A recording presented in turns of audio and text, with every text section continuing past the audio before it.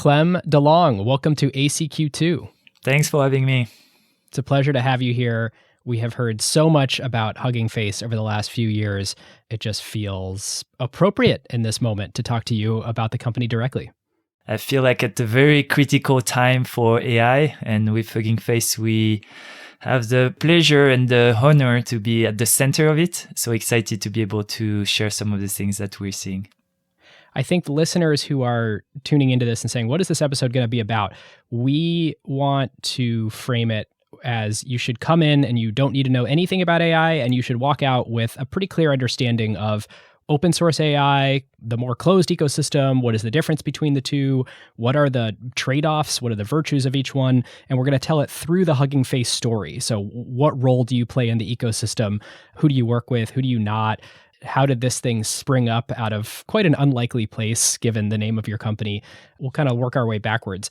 At this moment in time today, how do you describe what Hugging Face is? So Hugging Face has been lucky to become the #1 platform for AI builders. So AI builders are kind of like the new software engineers in a way, right? Like in the previous paradigm of technology, the way you would build technology was by writing code. You would write like 1 million lines of code, and that would create a product like a Facebook, like a Google, or all the products that we use in our day-to-day life. Now, today, the way that you create technology is by training models, using datasets, and building AI apps. So most of the people that do that today are using the Hugging Face platform to find models, find datasets, and build apps. So we have over 5 million AI builders that are using the platform every day to do that. The ecosystem around Hugging Face in many ways reminds me of the 2008 to 10 era of the Web 2.0 sort of RESTful APIs that everybody was publishing, and you could suddenly daisy chain together 1 million different companies' mashups, services into, this sort of like API mashups. It kind of feels like there's a loose analogy to at least the movement that you're on is similar to that one. What can we create with a bunch of these sort of more open, flexible building blocks? Yeah, it's super exciting because it's replacing some of the previous capabilities. Now you're starting to see search being built with AI. You're starting to see social networks being built with AI.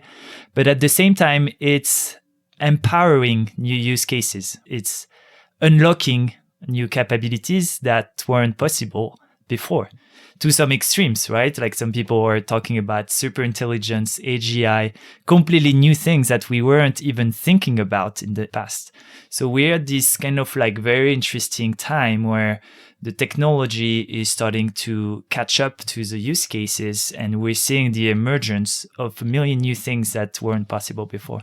It's cool. And just so listeners understand the scale at which you're operating, Hugging Face is currently valued as of recording at $4.5 billion. Investors include NVIDIA, Salesforce, Google, Amazon, Intel, AMD, Qualcomm, IBM. It's a pretty wild set. What are some metrics that you care about as a company that you can sort of use to describe the scale at which developers are using it today? So I was saying that we have 5 million AI builders using the platform, but more interestingly, I think it's the frequency and volume of usage that they have on the platform. So collectively, they shared over 3 million models, datasets, and apps on the platform. So some of these models, you might know them, might have heard of them, like Llama 3.1. Maybe you've heard of Stable Diffusion for image. Maybe you've heard of Whisper for audio, or Flux for image. We're going to cross soon 1 million public models that have been shared on the platform, and almost as many that have not been shared and that companies are using internally, privately for their use cases. So the analogy and model for you guys really is just like GitHub, except for AI models, right? You can public, open source, open to everybody, and companies can also use internal closed source repositories for their own use, right? Yeah, it's a new paradigm. So AI is quite different than traditional software. So it's not going to be exactly the same. But we're similar in the sense that we're the most used platform for this new class of technology builders. For GitHub, it was software engineers, and for us, it's AI builders. And to add to kind of like the usage side of things, One interesting metric is now that a model, a data set, or an app is built every 10 seconds on the Hugging Face platform. So I don't know how long this podcast is going to last, but by the end of this podcast, we're going to have a few hundred more models, data sets, and apps built on the Hugging Face platform. And to continue to maybe torture the repository comparison, the set of things that need to exist besides I'm going to upload a pile of code that everyone can see and potentially, attempt to modify. It's also the data sets themselves. It's also a platform to actually run applications, and also a compute platform where if you want to train a model, that is also possible on Hugging Face, right? Yeah, and one additional aspect that sometimes people underestimate is a lot of features around collaboration for building AI. The truth is that you don't build AI by yourself as a single individual. You need the help of everybody in your team, but also sometimes people in other teams in your company, or even people in the field, right? So things like the ability to comment on a model, on a data set, on an app, to version your code, your models, your data sets, to report bugs, to comment and add reviews about your code, your models, your data sets. These are kind of like some of the most used features on the platform because it enables bigger and bigger teams to build AI together. And that's something we're seeing at companies is that a few years ago, maybe there was a small team or 5-10 people leading the AI teams at companies. Now it's much bigger teams. So for example, at Microsoft, at NVIDIA, at Salesforce, we have thousands of users using the Hugging Face platform all together privately and publicly. So I have a whole bunch of questions, kind of philosophical ones about where AI goes from here and sort of how the mental model for the AI ecosystem is different than previous generations. But to get there, I think it's helpful to understand how you arrived here.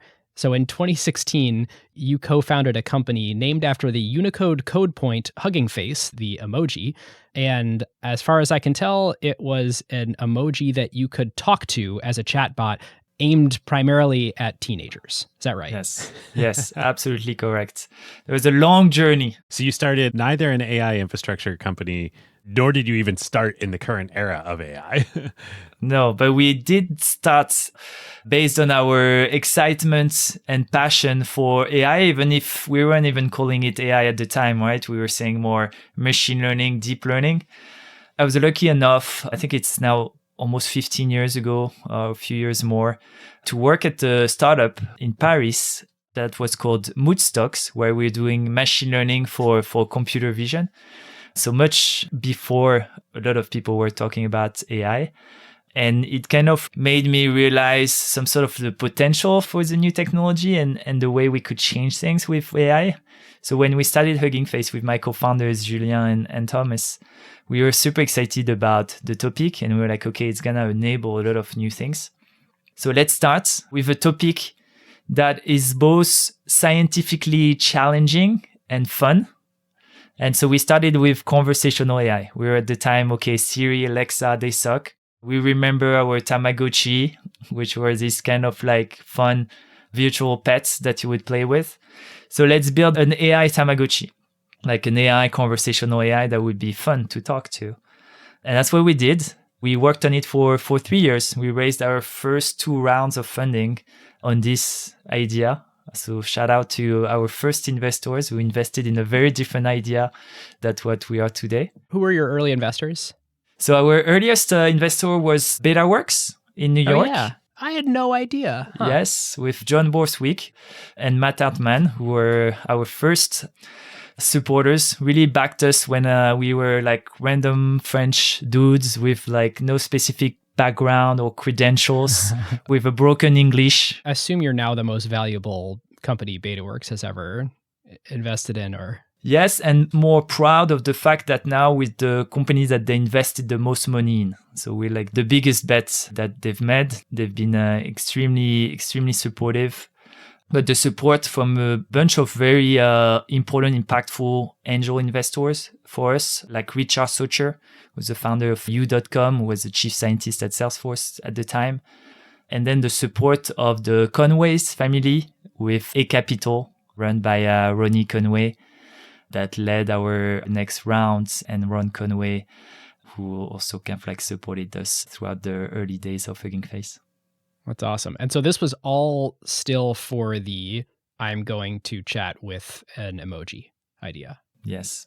And to put a finer point on it, you started the company in 2016. 2017 is when the Transformer paper gets released from Google. So we are not yet to the era of even people in the AI community really knowing LLMs are close to on the forefront. Like OpenAI hadn't made their big pivot yet. And so the state of the art for natural language processing is still like pretty limited, small models trained on, very particular, well-cleaned data sets. Is that right?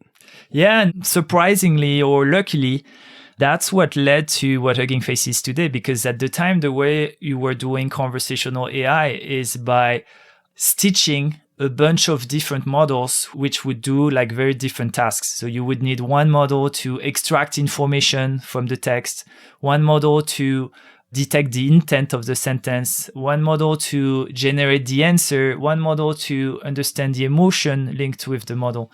And so very early on in the journey of Hugging Face, we started to think about like, how do you build a layer, a platform, an abstraction layer that allows you to have multiple models with multiple data sets, because we wanted the chatbot to be able to talk about the weather, talk about sports, talk about so many different topics that you needed a bunch of different data sets. And that was kind of like the foundation to what Hugging Face is today, like this platform to host so many models, so many data sets.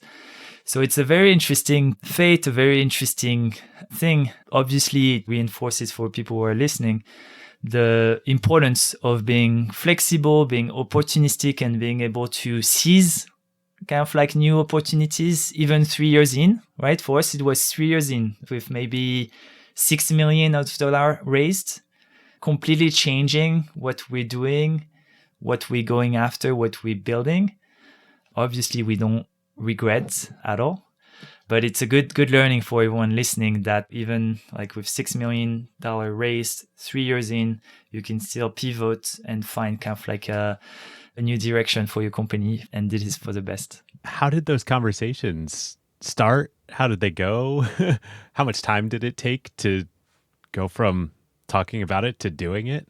Yeah, surprisingly, the transition wasn't as hard as we thought. It all started from an initiative from Thomas, who's our third co-founder and our chief scientist. I think it's right at the time when BERT, so the first very popular transformers models came out. That's Google's model? Google's model that they open sourced, I think on a Friday. That day, I remember really vividly, Thomas told us like, oh, there's this new transformer model that came out from Google. It's amazing, but it sucks because it's in TensorFlow. And at the time, the most popular language for AI was and still is actually PyTorch. And it was like, oh, I think I'm going to spend the weekend porting this model into PyTorch. And Julia and I were like, okay, yeah, if you don't have anything better to do during your weekend, just have fun, do it. And on Monday, he released a PyTorch version of BERT, tweeted about it. And I think his tweet got maybe like 1,000 likes. And for us at the time, we were like, what is happening here? We broke the internet. 1,000 Twitter likes? That's insane. The developer demand is so obviously at that point in time PyTorch, but since it was born out of Google, of course we're going to implement it in TensorFlow. They had to use their own sort of endorsed stack. It's just waiting there for the first person to realize, oh my God, this thing needs to exist in PyTorch to like go and get all the internet points by doing that. Yeah, I guess it's another gift from fate or from the universe to us that we managed to seize thanks to the work of Tom. And after that, we kind of like saw the interest, doubled down on it. And I think 6 months later, we told our investors, look, this is the adoption, this is the usage that we're getting on this new platform. We think we need to pivot from one to another. And luckily, they were all super supportive. And that's what led to the pivot and to the direction that we took. Wow. How did you take Thomas porting BERT from TensorFlow into PyTorch into the idea of like, oh, there should actually be a platform for this? It was very organic. What we did is really followed community feedback. So what happened is after this first model release, we just started to hear from other scientists building other models who expressed interest in adding their models to our library. So I think at the time it was things like ExcelNet, actually coming, if I'm not mistaken, from Guillaume Lample, who is like the founder of Mistral now. There was, I think it was GPT-2 from the OpenAI team at the time, which was open source. That's right. It used to be Open AI. Yes, and they told us that they wanted to add their model since we really followed the community feedback on it. And that's what kind of like took it from a single model repository. I think the first name was pre-trained PyTorch BERT to, I think it was PyTorch Transformers to Transformers. And then it expanded to the Hugging Face platform as we see it now. And that's the thing you kind of got famous for, was that Transformers library. And you were sort of the steward of that open source project. And you sort of constructed the Hugging Face platform around it to sort of host and facilitate all the community interaction on Transformers. And it turned out, oh my gosh, there's a lot of other people who are building something that looks like our Transformers libraries that also want a place for that same infrastructure. Exactly, with the same process. At some point, users in the community started to tell us, oh, I have bigger models. I can't host them on GitHub anymore. All right, let's build a platform for that. Or I want to host my data sets, but I want to be able to search in my data sets to see, is there good data, bad data? How can I filter my data and things like that? So we started to build that. And a few months later, we realized that basically we built kind of like a new GitHub for AI. So our development has always been very community driven, really following the feedback from the community. And I think that's a big part of the reason why we've been so successful over the years and why the community has contributed so much to our platform and to our success. We couldn't be anywhere close to where we are without the millions of AI builders, contributors that are sharing open models, open data sets, open apps, that are contributing with comments, with bug fixes. It's the main reason for success today. You're sort of famously open. I mean, you really embrace this. We literally will build the product that the community tells us they want. Internally, you have a very open policy. The Twitter account, your social media accounts are actually accessible, I think, by all employees, right? Yes. As someone who is a champion of open source, how much openness is too much openness? Like, you're not a DAO. You don't do the thing where you like publish everyone's salaries, I don't think. What do you like to be open versus what do you feel is good that it's proprietary? What we like to do is to give tools for companies to be more open than they would be without us, but without like forcing them in any way. So I was mentioning the number of models, data sets, and apps that are built on the platform. Something that people don't know as well is that half of them are actually private, right? That companies are just using internally for their own AI systems that they're not sharing. And we're completely fine with that because we understand that some companies build more openly than others, but we want to kind of like provide them tools to open what they feel comfortable opening. So sometimes it's not, like a big model, it's not a big data set. They can share kind of like a research paper on the platform because obviously openness is even more important for science than it is for AI in general. And progressively it allows them to share more and contribute more to the world because ultimately we believe that openness and open source AI, open science is really kind of like the tides that lift all boats, right? That enable everyone to build, that enable everyone to understand, to get transparency on how AI is working, not working, and ultimately leads to a safer future. It's like a lot of people right now are talking about AGI. I'm incredibly scared of a non-decentralized AGI. Like if only one company, one organization gets to AGI, I think that's when the risk is the highest.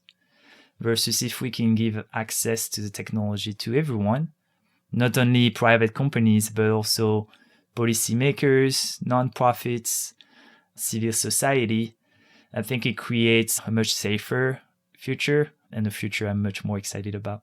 I was going to not go here because it's almost like too much of a shiny question to ask, but we're talking AGI, so we have to do it. Do you feel that the models today are on a path to AGI, or do you feel like AGI is something completely separate and these are not stepping stones to it? Well, I think they're building blocks for AGI, surely, in the sense that we're learning how to build some better technologies. But I think at the same time, there's some sort of a misconception based on the name of the technology itself. We kind of like call it AI, artificial intelligence. And so in people's minds, it brings association with sci-fi, with like acceleration, with singularity. Whereas for me, what I'm seeing on the ground is that it's just a new paradigm to build technology. So I prefer to call it almost software 2.0, right? Like you had software before, you have software 2.0. And I think it will keep improving in the next few years, the way software has kept improving in the past few years. But it's not because we call it AI that it makes it kind of like closer to some sort of RoboCop scenario of kind of like an all-dominating AI system that is going to take over the world. It does feel like there's kind of these two different things that masquerade under the same name as AI. One of them is, I kind of like software 2.0 because software gave humans leverage to do more and to scale more with a small set of humans. And this new era of software really feels like it's just that on steroids. The richness of applications that you can build very quickly is astonishing and is, another 10x improvement on top of the amazing software paradigms that we had until now. There is a completely separate thing, which is things that pass the Turing test. I'm talking to something and I'm pretty convinced that thing is a human, but it's not. And it is a little bit funny to me that these are both sort of referred to as AI, when one is really just like leverage for builders on how much they can make. Yes, it's also maybe because we overestimate the second field that you're talking about. To me, it doesn't feel incredibly difficult and incredibly mind-blowing that we finally managed to build a chatbot. You thought you could do it in 2016, right? Yeah. If anything, I'm surprised that we didn't manage to build a good chatbot before. So to me, even that kind of like falls into development of the technology for the past few decades. And I think sometimes we forget because we're so entrenched on kind of like today and we are more impressed with like progress of today than progress in the past. But imagine the first vehicles that were going faster than humans. Imagine the first computer that can retrieve information much better than humans. Imagine the first time you would go on Google and find any information in a matter of a few seconds. These are all like impressive progress. Now we take them for granted, but they were impressive progress. So I think technology continues to progress the way it's been progressing for the past few years. Obviously, some of the builders of these technologies are hyping it, right? And are excited about it, which is normal. But as a society, I think it's good to keep some moderation and understand that the technology will keep improving, that we need to take it into the direction that is positive for us, for society, for humans, and that everything is going to be fine, that we're not going to fall into a doomsday scenario in a few months because of a chatbot. Fascinating. It's funny, as you were talking, you linked it to the bicycle. I always think back to the Steve Jobs quote, "A computer is a bicycle for the mind," which is in many ways saying it's leverage. It's a way for the mind to output way more than it otherwise could have, the way that a bicycle does to someone walking. And it's almost like this software 2.0 is a bicycle for the mind. It's like a compounded bicycle. We want to thank our longtime friend of the show, Vanta, the leading trust management platform. Vanta, of course, automates your security reviews and compliance efforts, so frameworks like ACQ2, ISO 27001, GDPR, and HIPAA compliance and monitoring Vanta takes care of these otherwise incredibly time and resource draining efforts for your organization and makes them fast and simple. Yep, Vanta is the perfect example of the quote that we talk about all the time here on Acquired. Jeff Bezos' his idea that a company should only focus on what actually makes your beer taste better, i.e., spend your time and resources only on what's actually going to move the needle for your product and your customers, and outsource everything else that doesn't. Every company needs compliance and trust with their vendors and customers. It plays a major role in enabling revenue because customers and partners demand it, but yet it adds zero flavor to your actual product. Vanta takes care of all of it for you. No more spreadsheets, no fragmented tools, no manual reviews to cobble together your security and compliance requirements. It is one single software pane of glass that connects to all of your services via APIs and eliminates countless hours of work for your organization. There are now AI capabilities to make this even more powerful, and they even integrate with over 300 external tools. Plus, they let customers build private integrations with their internal systems. And perhaps most importantly, your security reviews are now real-time instead of static, so you can monitor and share with your customers and partners to give them added confidence. So whether you're a startup or a large enterprise and your company is ready to automate compliance and streamline security reviews like Vanta's 7,000 customers around the globe, and go back to making your beer taste better, head on over to vanta.com/acquired and just tell them that Ben and David sent you. And thanks to friend of the show, Christina, Vanta's CEO, all Acquired listeners get $1,000 of free credit. Vanta.com/acquired. You've kind of been there for this whole arc of the modern development of AI. How would you characterize open versus closed over the last, call it 6-7 years that you've been in this? Does it feel like the pendulum has shifted significantly during that time? Or is it like, oh no, well, there was always open and closed, you go back to the beginning and Facebook and Google were closed and the academic research community was open. How do you view it? So first, the debate itself is a bit misleading because the truth is that open source is kind of like the foundation to all AI, right? Something that people forget is even the closed source companies are using open source quite a lot, right? So like if you think about OpenAI, if you think about Anthropic, they're using open research, they're using open source quite a lot. So it's almost kind of like at two different layers of the stack, right? Where open source, open science is here. And then you can build kind of like closed source on top of this open source foundation. But I do think if you look at the field in general, that it has become less open than it used to be.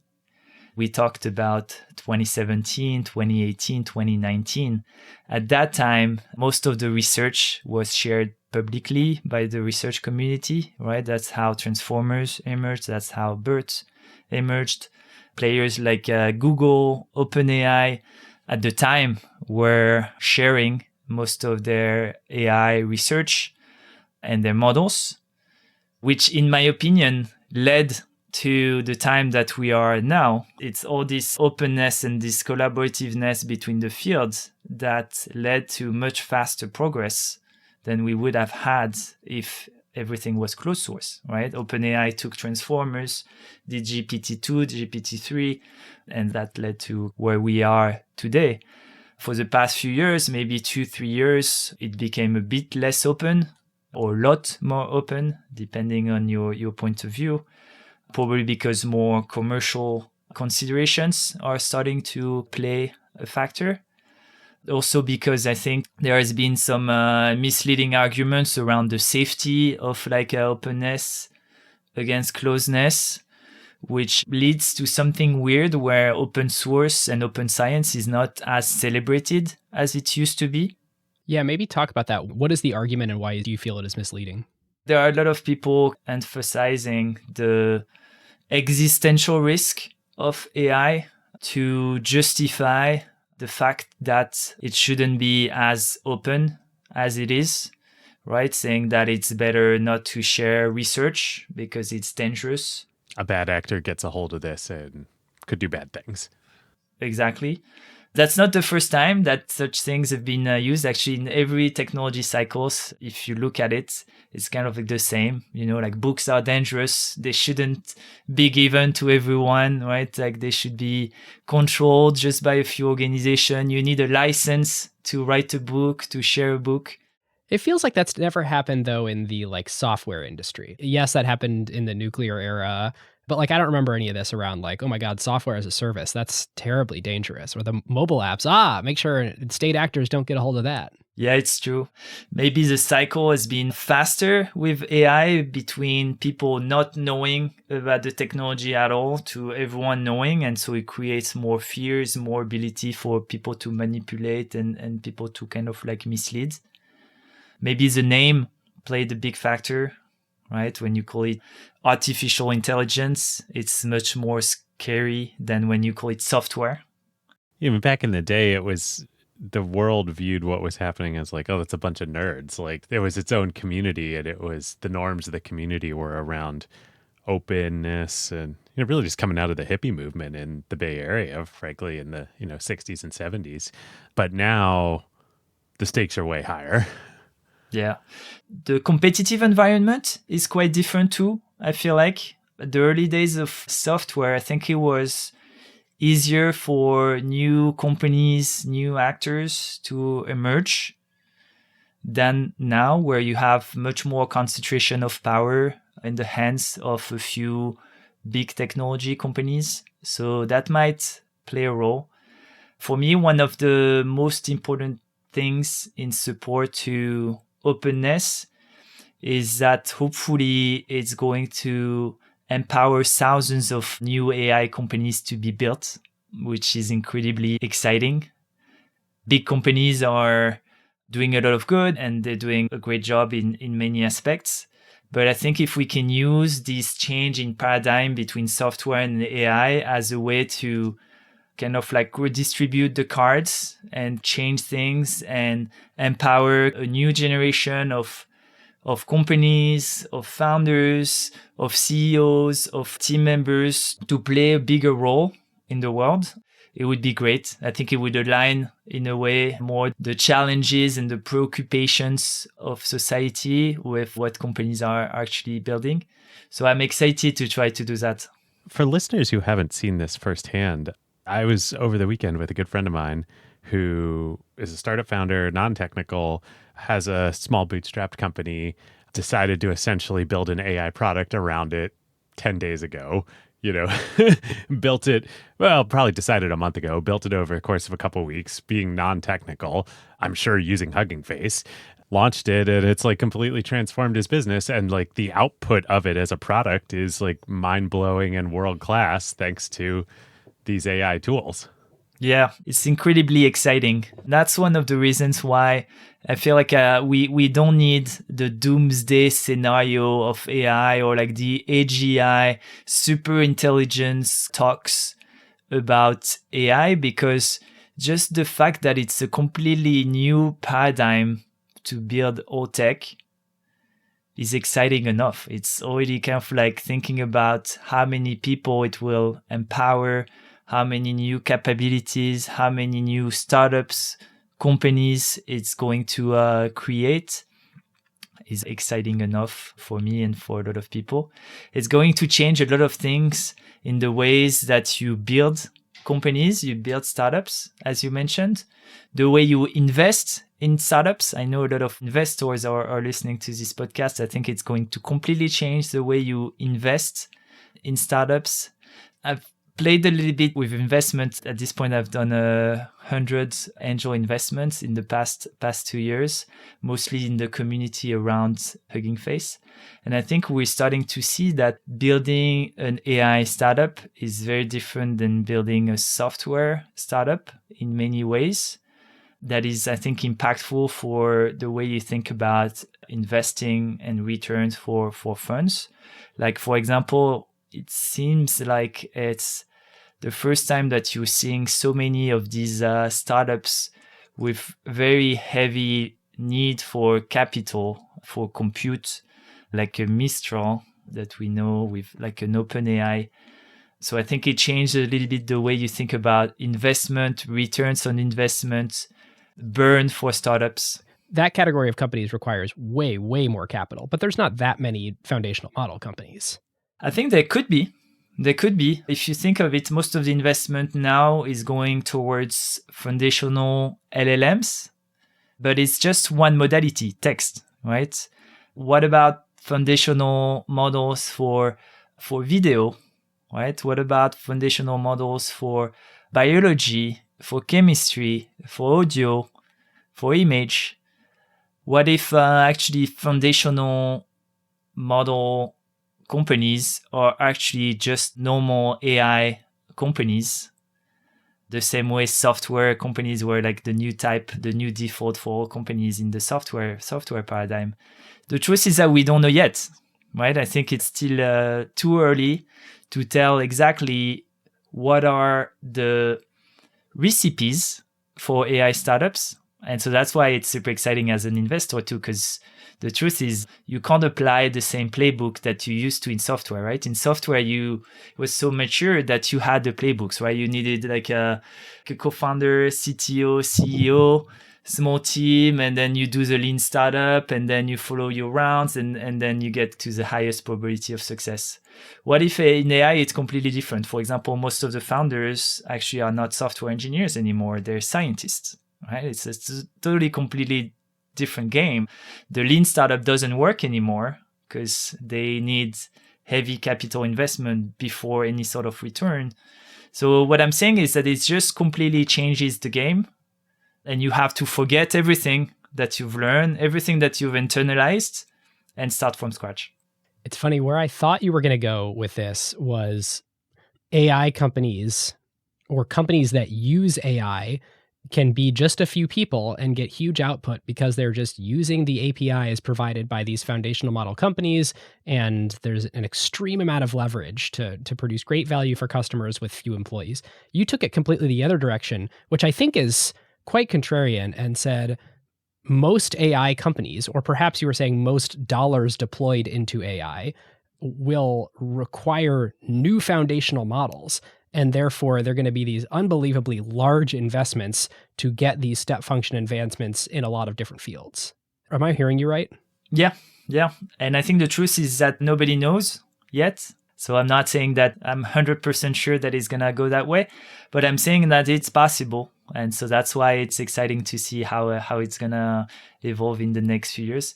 One easy way you win that argument is that the dollars consumed by foundational model companies are so large that even if there's 1,000 times more regular startups consuming APIs provided by AI companies, it's still the case that most investment dollars will actually go to foundational model and large training runs.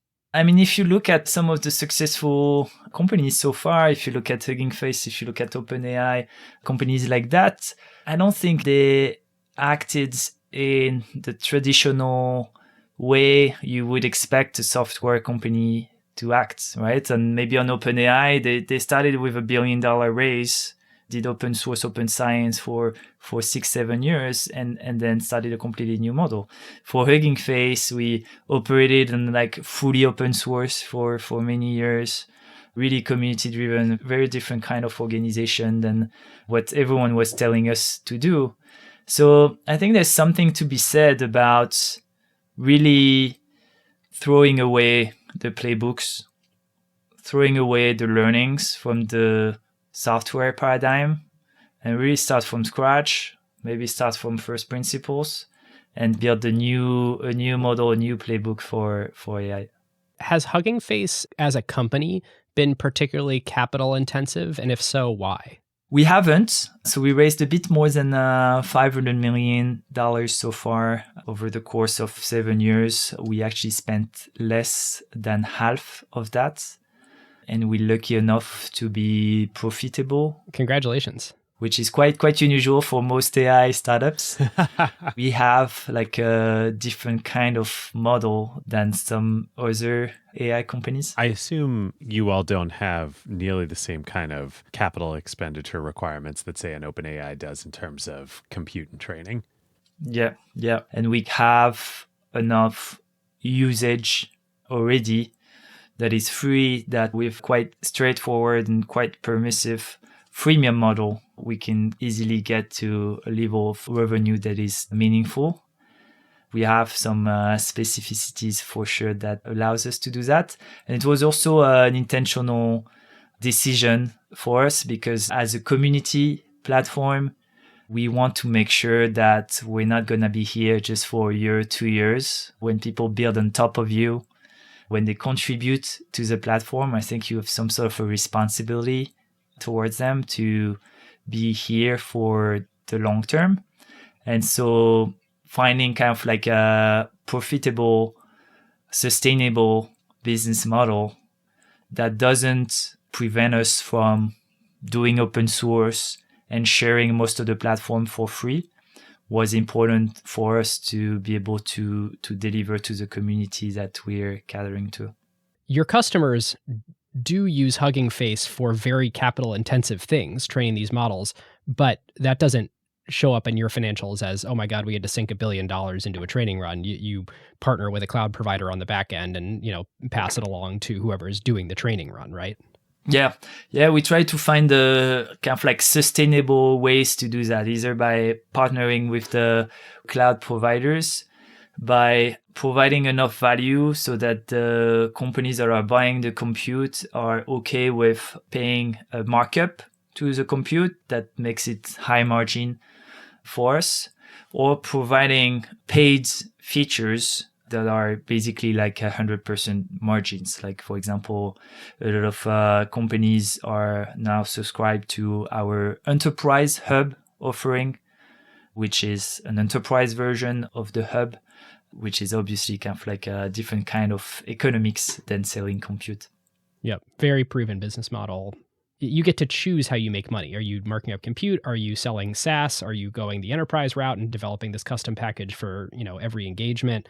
I'm very curious on the routes where you choose to apply a margin or a markup on top of compute. What is it? Because clearly you're not like ashamed of this, and I think it's a great business model. What is it that Hugging Face can provide where a customer goes, yeah, I'll do it through Hugging Face instead of going and figuring out how to do it myself directly on a cloud provider?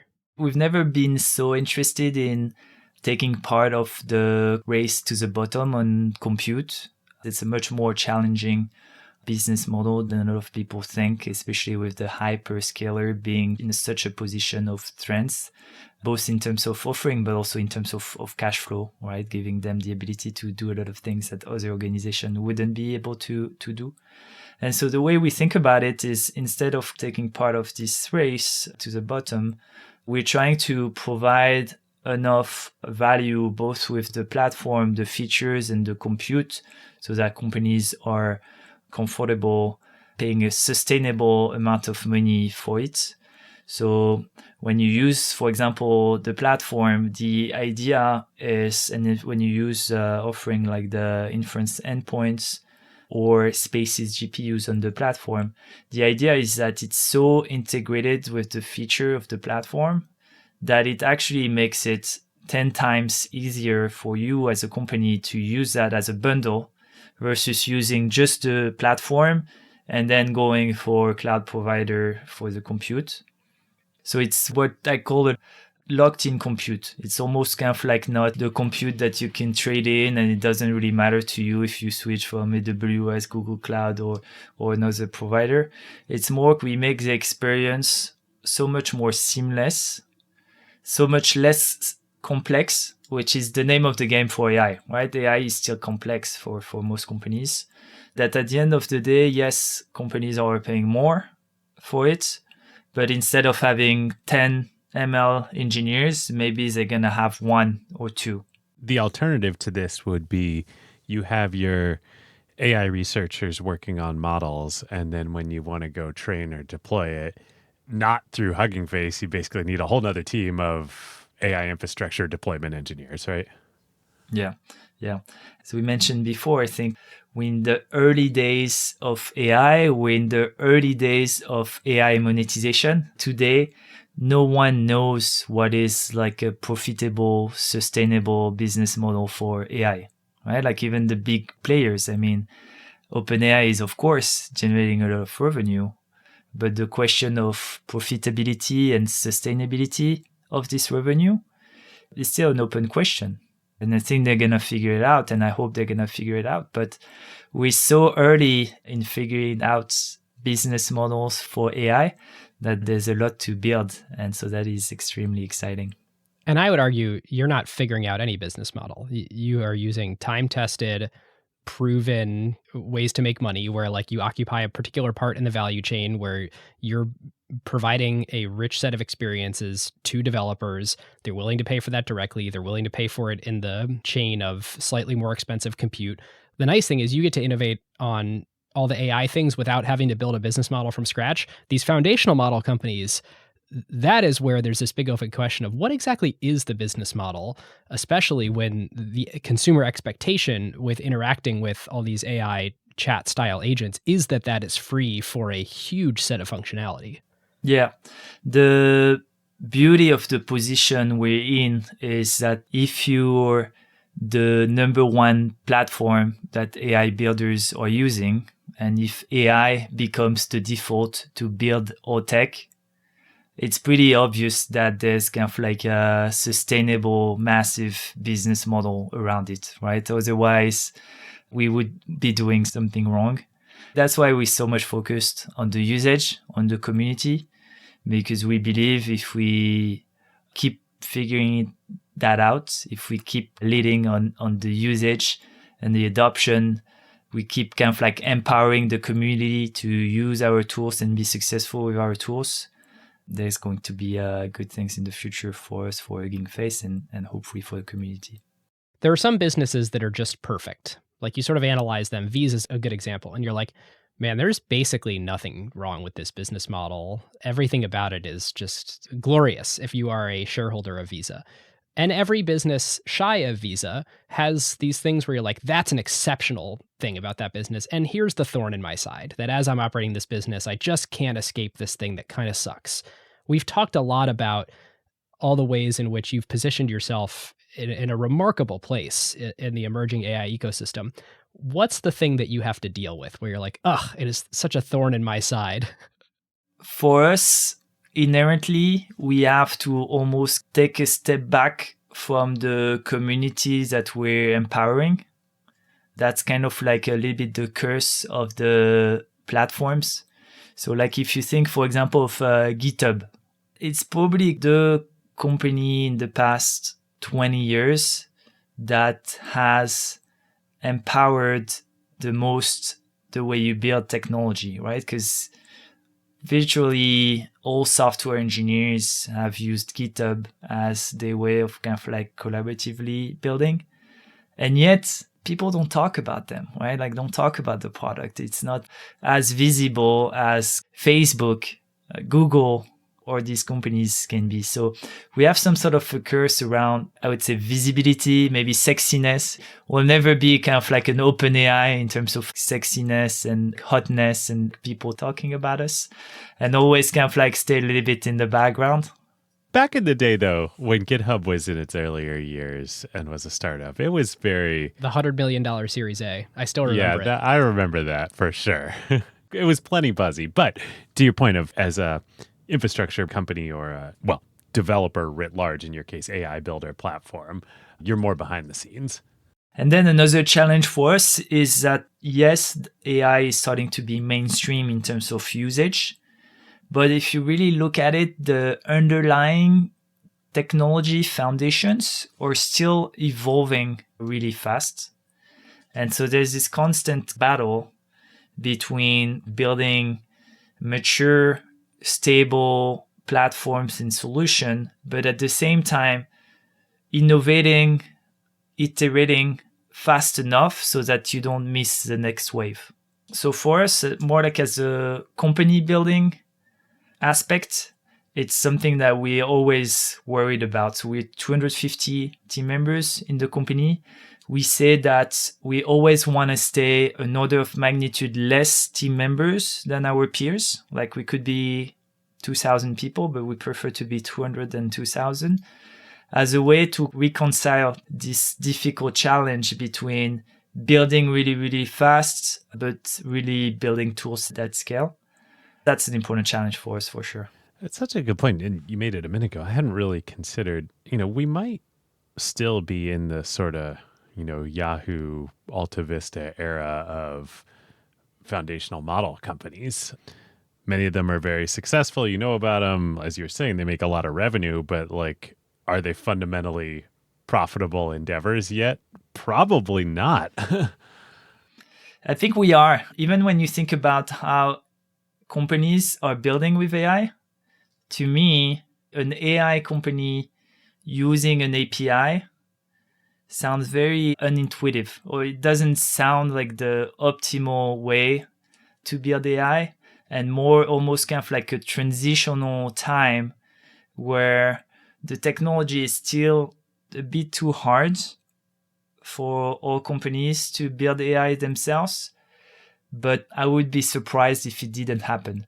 It's almost kind of like the early days of software where you had to use, I don't remember what they were at the time, but like a Squarespace, you had to use kind of like a no-code platform to build a website. Dreamweaver and Microsoft Front Page. Yeah. Before technology companies could learn, before software engineers could learn to build code themselves, we might be at the same time in AI where companies are using API because they haven't built yet the capabilities, the trust, the ability to do AI themselves. At some point they will. They know their customers, they know their constraints, they know the value that they're providing. At some point in history, all tech companies will be AI companies.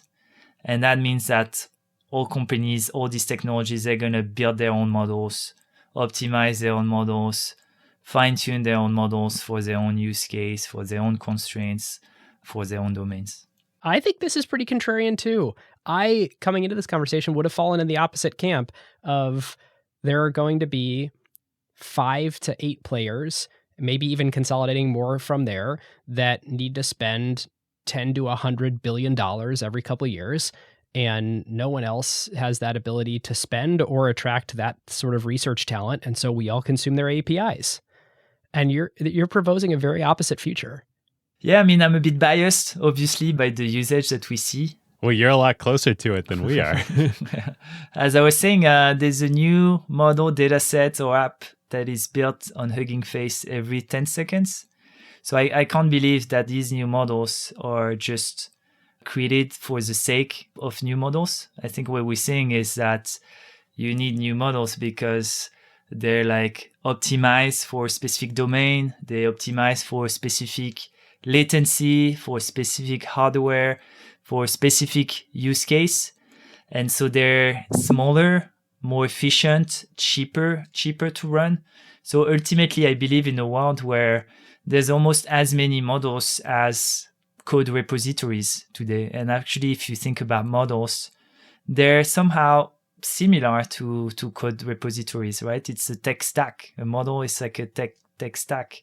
So I can't imagine that only a few players are going to build the tech stacks and that everyone else is just going to try to ping them through APIs to use their tech stacks. So I envision a bit of a different world.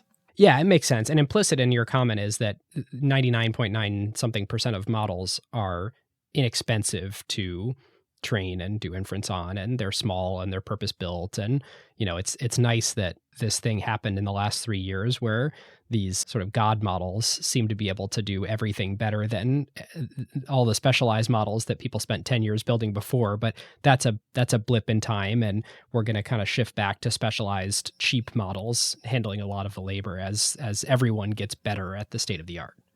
Yeah, or something in between. Right? It's always kind of like a gradient. And I think some companies, some contexts, some use cases will require very large generalist models. So like when you're doing a ChatGPT, yes, of course, you need kind of like a big generalist models because your users are asking everything.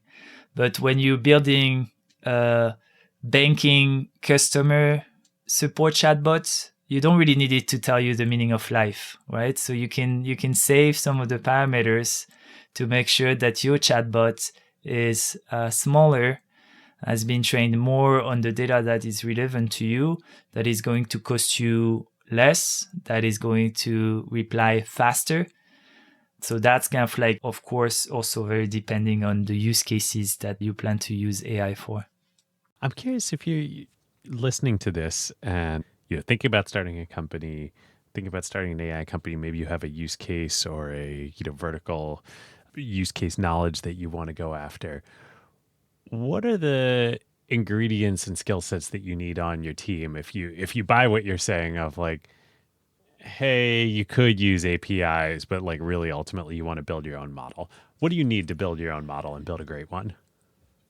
So for me, the main difference between the software paradigm and the AI paradigm is that AI is much more science-driven than software. It's a bit of a paradox because in software, sometimes we call people computer scientists, right? But the reality is that they're not really scientists in the true sense of it, right? Such a misnomer. They're engineers, yeah. This always bothered me studying computer science in college. Like all of the other sciences are things that occur in our natural world, biology, chemistry, physics, and computer science is like, no, you're learning how a thing that is man-made works and how to operate it. Yeah. So to me, that's the main difference between the software paradigm and the AI paradigm. So when it comes to founding teams and capabilities, I think having more science backgrounds are actually kind of like a must. Having one co-founder who's a scientist, I think is a big plus. If you look at most of the successful AI companies, they actually have like a science co-founder. We do at Hugging Face. I think OpenAI has, of course, with Ilya. That's one big thing. How would you describe the difference in mindset and skill set between a traditional software startup and the engineering skill set you need for that versus the scientist skill set and the research skill set? Timing is very different, and the way you look at how fast to build something, ship something. When I was more working at software startups, right, we have the cult of like shipping really fast. This might not be as true for AI. I think you want to ship as fast as you can, but realistically, to train a model and optimize a model, it's more at best a matter of months than a matter of days. So you probably want to look differently at how you're shipping, how fast you're shipping, how you're iterating on things. The skills are quite different too. I think an AI scientist has the potential to be more skilled at math, pure math, than kind of like an engineer. I think thinking more in terms of like, how can I make foundational or meaningful progress compared to the state of the art? And you're kind of like looking at bigger scales of improvement. I think in the software paradigm, you can almost think like, okay, if I make my product 5% better than others, it's going to be enough because I'm going to make it 5% better now. And then in 2 weeks, 5% more, and in 2 weeks, 5% more. And at some point, you'll have enough differential in terms of value adds to get users and convince and retain users. For science, it's almost like you don't create any value. You work on something for 6 months. And then after 6 months, you have something 10 times better than the existing, right? Like in a way, that's what OpenAI did, right? They worked for 6 years, barely releasing anything or anything successful. But at some point, they were able to release something that was probably 10 times better than others. So that's kind of like a different way of looking at it too. I'd push back on that. I think that's a little bit revisionist history. I'm sure you were watching OpenAI very closely. It felt like they were releasing all sorts of stuff. None of it had any commercial value, and all of it felt super researchy. But that thing where they trained Universe on Grand Theft Auto, I mean, the GPT and GPT-2, they weren't known in the mainstream, but it was like pretty remarkable watching that. I think them going all in on the transformer and deciding, hey, we need to fundamentally change the set of things that we're working on.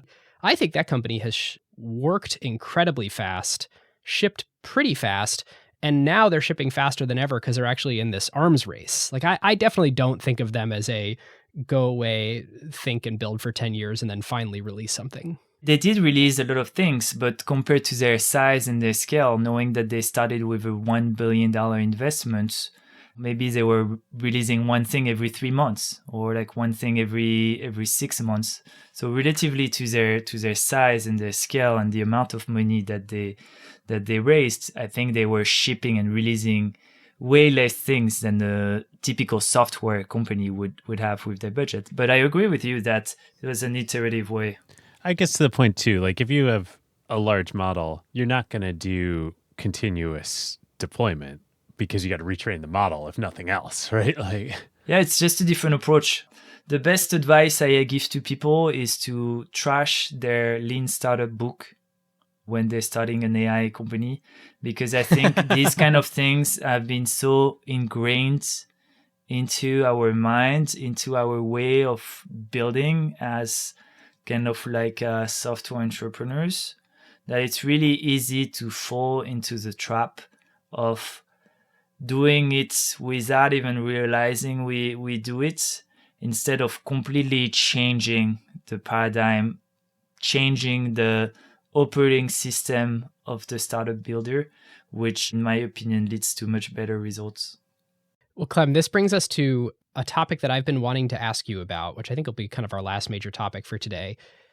In the discussion of which approach will sort of win in the marketplace of open source versus closed source AI, there's a pretty compelling argument, which is as more training data is real-time training data is required, people's interactions with an application will become incredibly valuable to fine-tune or train the next version of the model. There's sort of a compelling argument that as closed source AI will win because they're just going to get all of that directly from users when you own the model and the application and you sort of have tightly integrated everything. Versus in the open source world, like, great, you publish something and then a bunch of people fork it and they build their own applications, and then the real-time interaction data with the application doesn't make its way all the way back upstream to make the model smarter. How do you think about that? Well, I think a lot of people are thinking and talking about moats and economies of scale for AI. I think that all of that is kind of like open questions at this point. I think nobody really knows how to create a moat or like how to generate economies of scale for AI. My intuition is that they're not going to be so different than the software paradigm, and that you're going to find the same kind of moats, maybe applied differently, but you're going to have the cost economies of scale, right? Similar maybe to a cloud provider or like a hardware provider who can get an advantage from larger scale to reduce prices. I think you're going to have like the social moats or like the network effect, right? That's more like the game that we play in, where when you have collaborative usage, in a way, like your platform becomes more and more useful the more users you have, and so it makes it difficult for anyone to compete with you, right? That's why GitHub has never really been challenged, or that's why social networks are arguably very hard to compete with. They're gonna maybe be more intense than in the software paradigm, so maybe the cost mode of compute will be more extreme. But it's an open question because, you know, if you think about the current winners, some of the current winners, they didn't have so much of these advantages from the get-go. Like if you look at OpenAI, they didn't really have more access to data than most companies, right? They ended up scrapping the web and getting data that everyone else could get. If you look at Hugging Face, I don't think like going in, we had any specific advantage that allowed us, except being kind of like as community driven as we were, that enabled us to develop the social network effects. It's still an open question. I would be careful of people and companies kind of like overplaying and overhyping one sort of moat compared to others.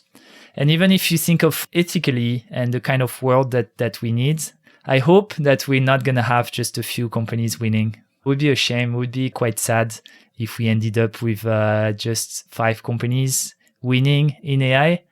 I think it would be dangerous, right? Imagine if only a few companies were able to do software.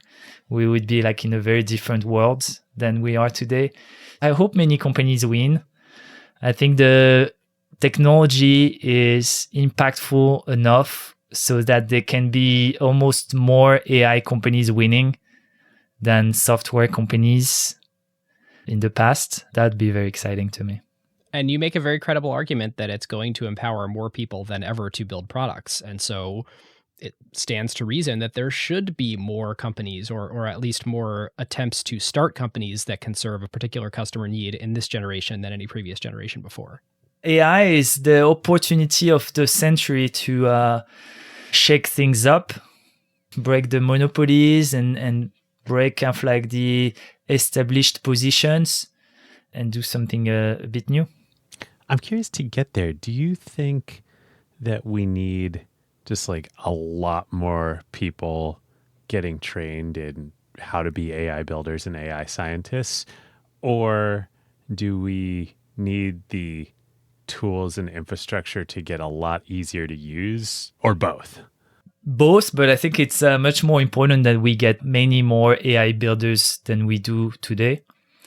If you're looking at Hugging Face, as I was saying, we have 5 million AI builders, right? So you can assume like most AI builders are using Hugging Face one way or another. So you can estimate that there's around 5 million AI builders in the world today. There's probably around 50 million software engineers or like software builders, depending on how you set this definition. I think GitHub has over 100 million users. A lot of them obviously are not software engineers, but probably half of them. So we're still at the early innings, right? It wouldn't be surprising that if in the few years you would have more AI builders than software builders, right? So maybe in a few years, you're going to have 50 million, 100 million AI builders, even more, because the beauty of AI is that it's a bit less constrained than software in the way that people can contribute to it. In a way, to be a software building, you have to learn a programming language and write lines of code, which is a pretty high barrier to entry. Versus for AI, you can be considered an AI builder if you contribute expertise, if you contribute data to a model that improves the model.